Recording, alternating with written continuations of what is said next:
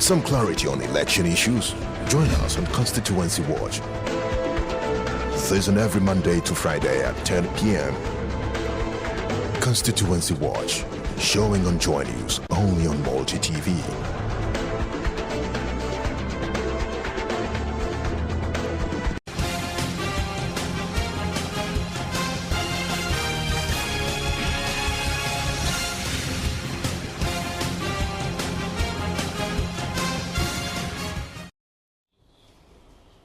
Time now for election headquarters, and the Minister for Local Government and Rural Development, Samuel Ofosu-Ampofo, says free senior high school education is not an event but a process.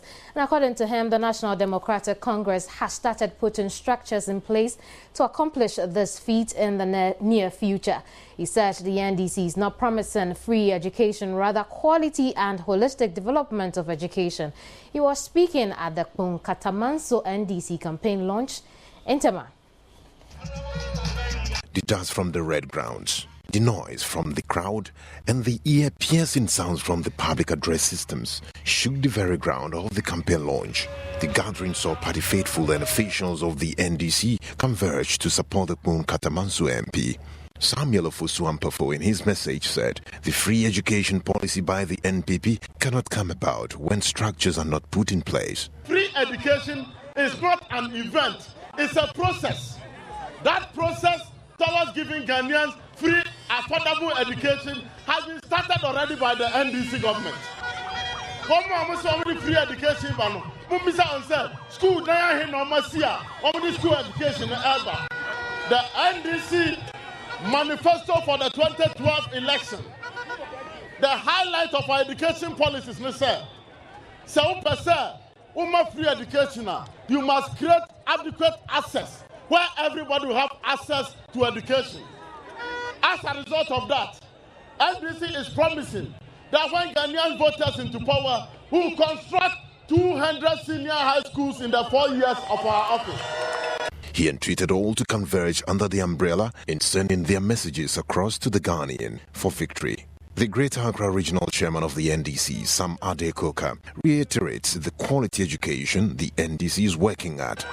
Quality education. Quality education. It will be asking Obama SHS free.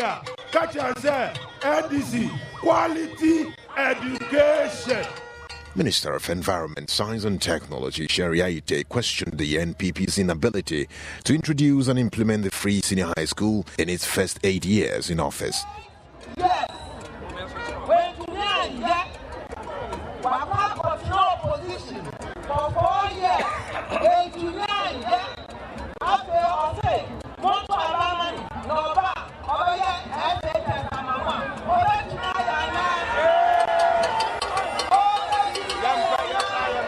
Greater Accra Regional Minister and MP for Katamanso, Joseph Afoteagbo, asked the electorate to vote for him so he can continue his good works. Some of us being in the helm of affairs, for some of us having the power to protect the people, we should be maintained in office. Because for some of us, the way we were brought up and the training that we had under the PNDC, NDC regime, we have been motivated, we have the zeal, we have good heart, we have the courage to stand in any situation. We want the people to give us the mandate again so that we will always be there to protect their interests. Still in election headquarters, the Congress of the National Democratic Party has ended in Kumasi with an overwhelming endorsement of former First Lady Nana Akufo-Addo Rawlings, making her the party's flag bearer for the 2012 elections. Opposition NPP is excited about the numbers which turned up for the Congress because that will give the NDC a run for their money. Teng Nyanu has not officially defected from the NDC but is a strong sympathizer of the NDP, and he is confident that the numbers will translate into votes for the party.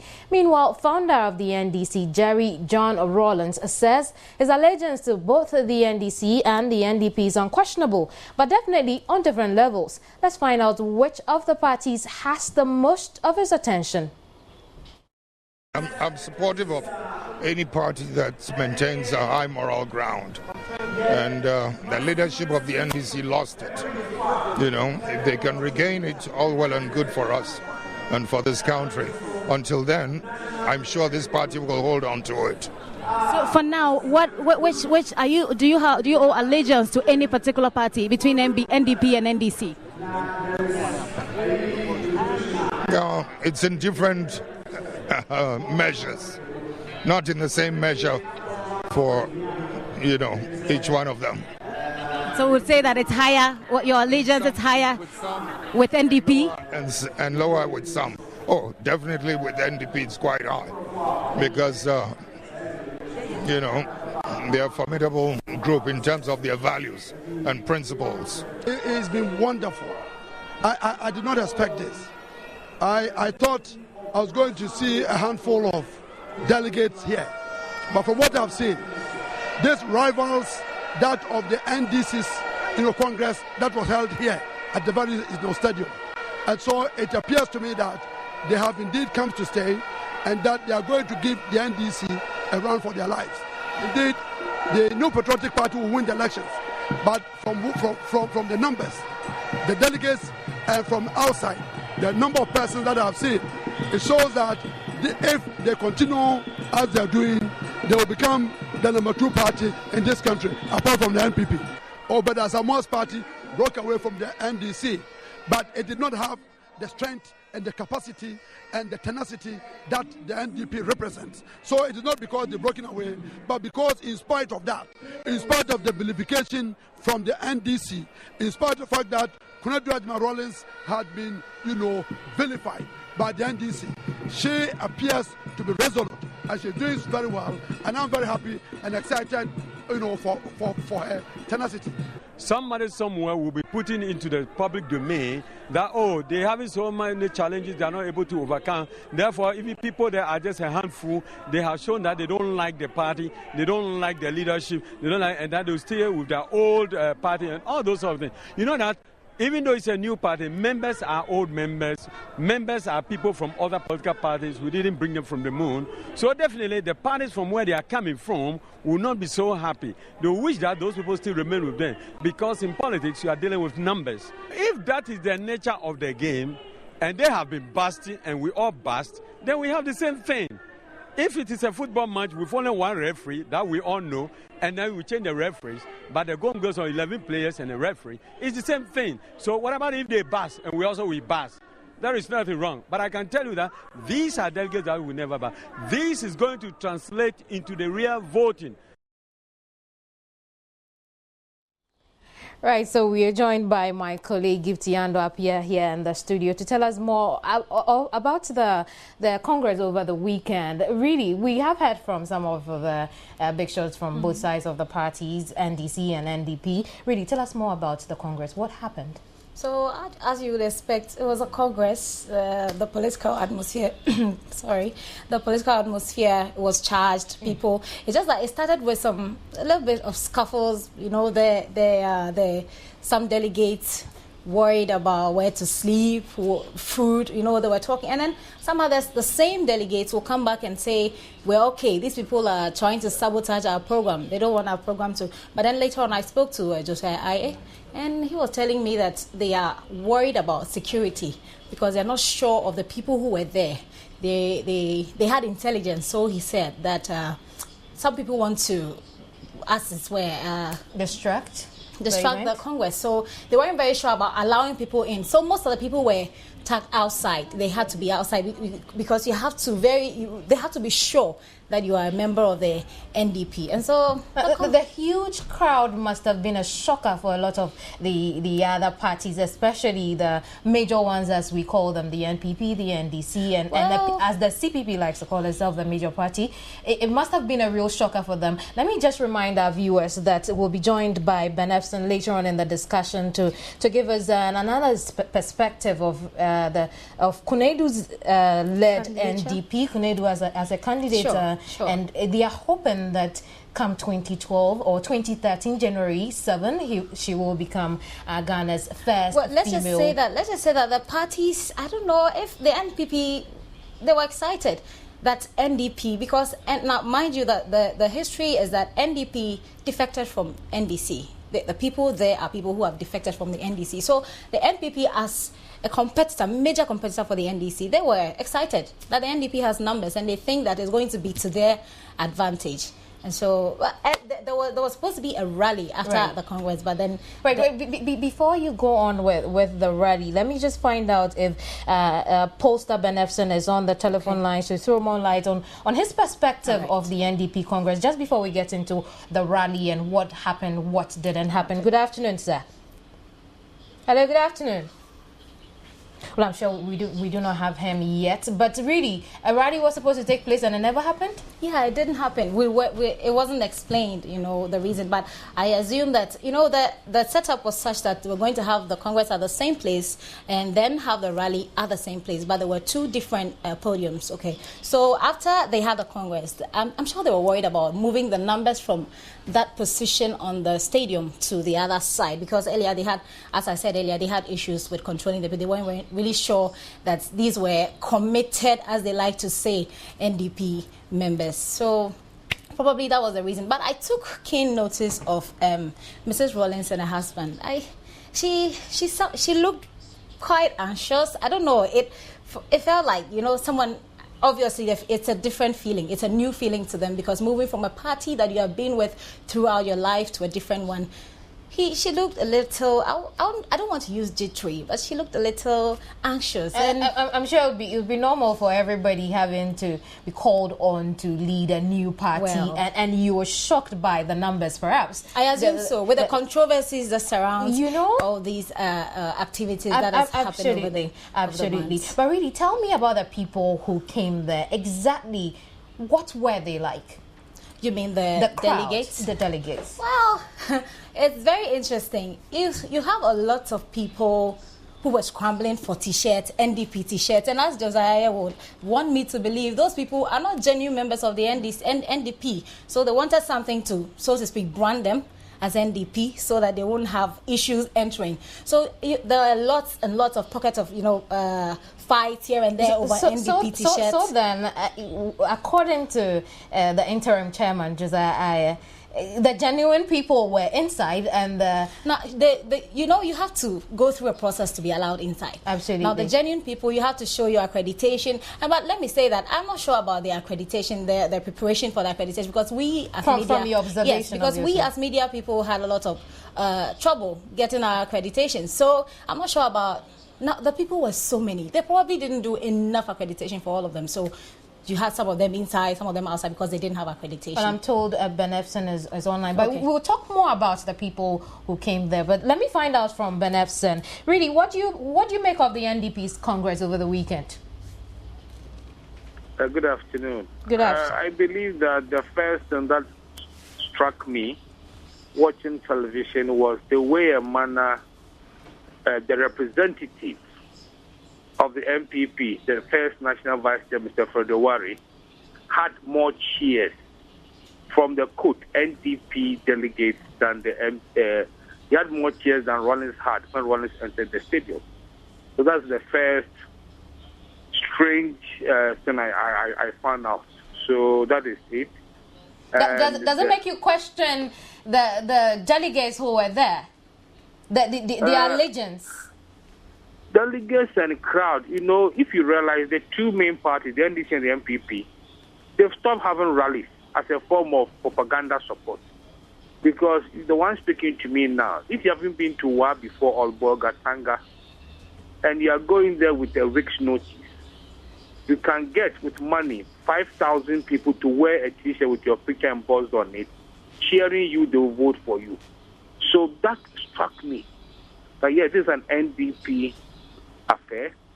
The delegates and supporters were supposed to be NDP, offshoot of allegiance to Mr. and Mrs. Rawlings. And Fredowari, the first national chairman, gets more cheers than Rawlings. That's the first orphan that struck me.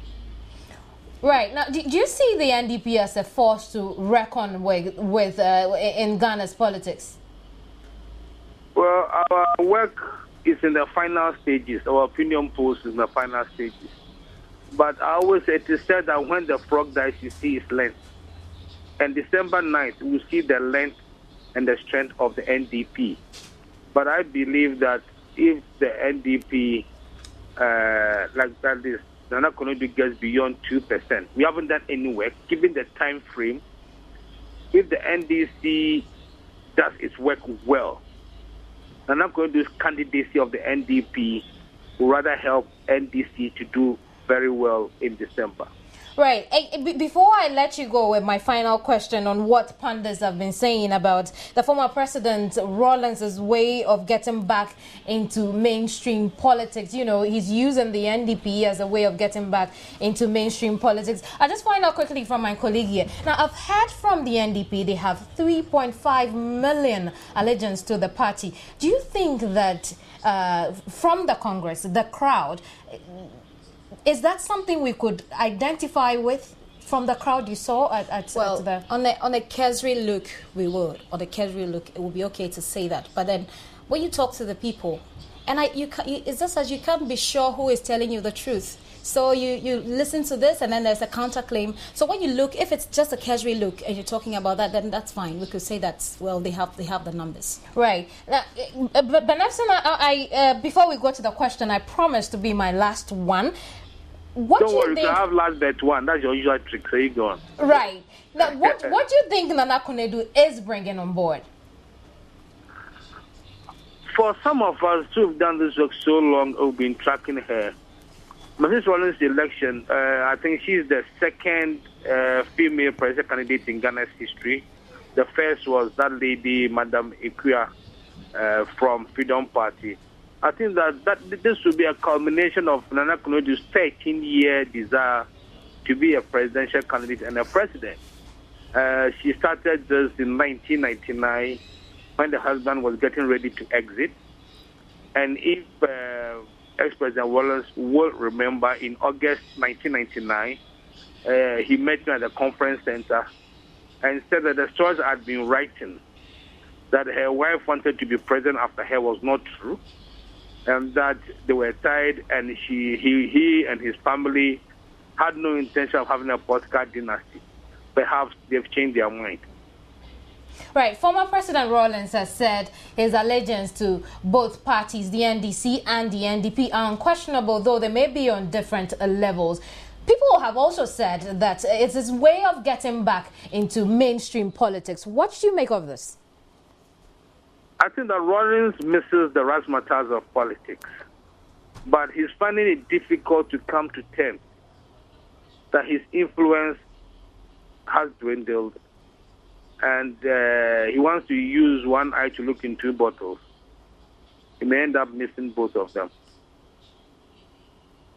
Right, thank you very much. We've been speaking to pollster Benefson. I guess we would have to just cross our fingers and wait till the elections in December, and probably the many things that will come up before. But finally, talking about Rawlings coming back into politics, I think it's just a matter of the crowd loving him and he loving the crowd, because he earlier said that he wasn't going to be involved in any serious campaigning this time because his energy level, as he said, is low. Do they still love him? I'm not too sure. I'll let you answer that, but I prefer we reserve our comments on as to if he's still the same charismatic Rawlings. People they like applauding him, let's say. Absolutely, maybe. All right, so you're still watching Election Headquarters on the maiden edition of Midday Brief. We'll be right back.